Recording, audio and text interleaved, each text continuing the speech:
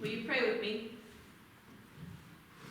May the words of my mouth and the meditations of all our hearts be acceptable to you, O God, our rock and our Redeemer. Amen. This season between Easter and Pentecost, we call it Eastertide. We are reading stories from the early church, from part 2 to Luke's Gospel, the book of Acts. We just heard Robert hear the story of the stoning of Stephen, the first Christian martyr. And I realized this week, going through this passage, that I have only ever preached on it once before, because this story makes me uncomfortable. First of all, it is a nominating committee's nightmare. In chapter 6, right before this, Stephen becomes one of the very first deacons of the early church. We are told he is full of grace and power, blessed by the Holy Spirit, does great wonders and signs, and gives the pastor a glass of water. But hardly a verse later, the religious authorities are conspiring against him, and before the end of chapter 7, he is, as you heard, brutally murdered. So much for a recruiting pitch for ordained service. Which brought me to my first sermon title reject of the week, When Deacon Duty Turns Deadly. This story makes me uncomfortable. And as if dead deacons weren't enough, there are some rather bizarre details in this short, disturbing story. For instance, why do the witnesses take off their clothes? Verse 58 tells us, they dragged Stephen out of the city and they began to stone him. And the witnesses laid their coats at the feet of a young man named Saul. Now, the point that Luke is trying to introduce us to is that this young Saul is a persecutor of the church. And we know this persecutor Saul. In 2 chapters, he will meet the risen Christ on the road to Damascus and experience a dramatic conversion into the Apostle Paul, missionary to the Gentiles. So yes, we see you there, Saul Paul, but I have some questions about the coats, actually, specifically why the witnesses are taking them off in the first place. In first century stoning protocol, I have learned, the accused was stripped, an act of humiliation, and then the chief priests who threw the actual stones also stripped off their garments so as not to dirty or rip them. But the witnesses are just that. They just stand there and watch. So why are they disrobing? Suddenly you've got this enraged mob of naked people. Calm down, folks. Put your clothes back on. And thus I came to my second sermon title reject of the week. Get naked or get stoned. This story makes me uncomfortable. Maybe it makes you a little uncomfortable now, too. And then there's the part of the reading we skipped over. Stephen's 52-verse-long speech to the council. Robert read the very beginning and the very end of it. He narrates in these 52 verses the whole of salvation history from Israel to the church. We skipped that story this morning mostly because of aforementioned flight and the fact that we don't want to still be reading when the community chorus gets here at 3. But it caught my eye, and I'd encourage you to take some time and read through it later. It's all of Acts chapter 7. Because our church is about to embark on a season of telling stories. As I imagine you've heard by now, it's hard to miss it. This summer, while I go on sabbatical, many of you are going to share stories of this church, your faith, God's action in the world. Stories of how you got to where you are, how we got to where we are, and the people who went before us. Stories that connect our little stories to God's great big story of salvation history and the redemption of the world. And you know, I think our stories may sound a little bit like Stephen's story. highlighting the ancestors, the saints that went before us, pointing to where God acted in history and how we, the people, responded, bringing it all back to us today and how we continue to live into the story that God is still writing. So listen, Luke, it's very vulnerable for folks to stand up in front of everyone and tell their stories like Stephen did. So now, having heard the stoning of Stephen, I'm a little concerned that we're going to have a hard time recruiting not just deacons, but storytellers, if they're worried that a bunch of naked people are going to start throwing rocks at them. This story makes me uncomfortable. And perhaps that is appropriate, because this story is about listening to difficult, discomforting things. Luke tells us that when the religious leaders heard Stephen's story, they covered their ears. Stephen was telling a story in which they were not the good guys. They were on the wrong side of history. Stephen's story made them feel uncomfortable. And you know, I get that.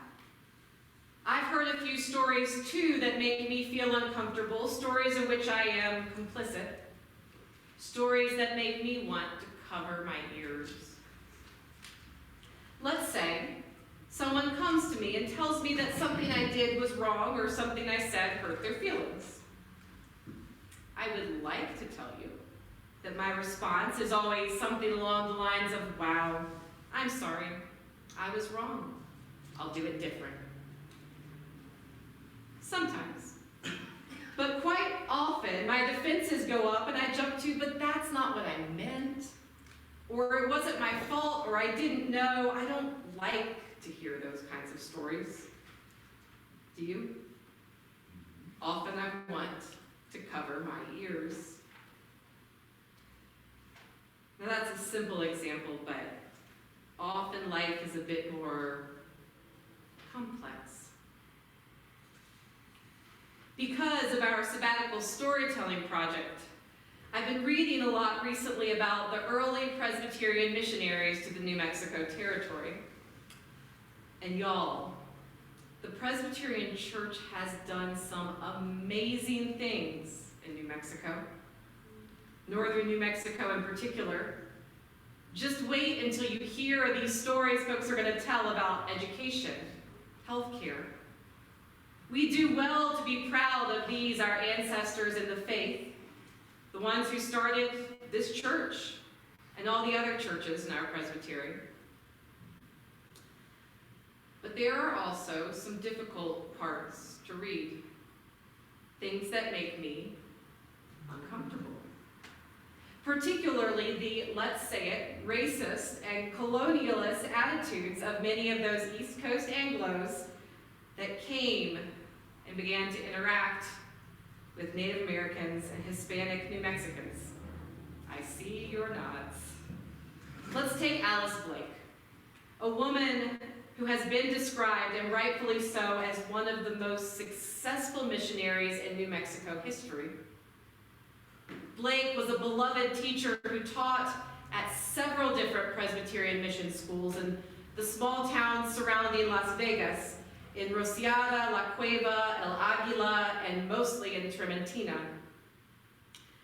All of her Hispanic students and neighbors remembered her with deep love and affection, and the stories say that they continued to send her cards long after she'd retired, and even died, though they didn't know it yet. They sent them home to her home in Colorado.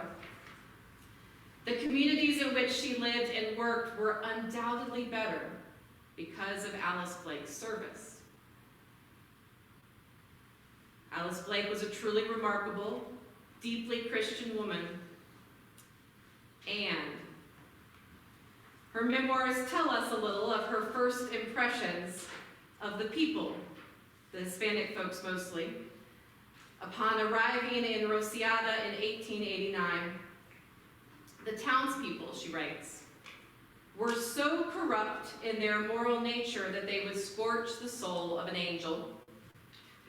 The people are so immoral, they're like animals, she says. They live in a prairie dog town of adobe houses that are nothing but mounds of earth. There was nothing green except perhaps an occasional scraggly tree, looking lonesome amid the general barrenness. The state of the village, Blake concluded, was symbolic of the lives of the people. Wow.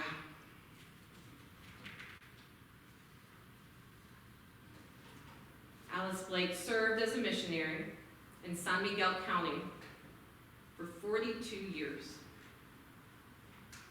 And as the years went on, she began to change her tune.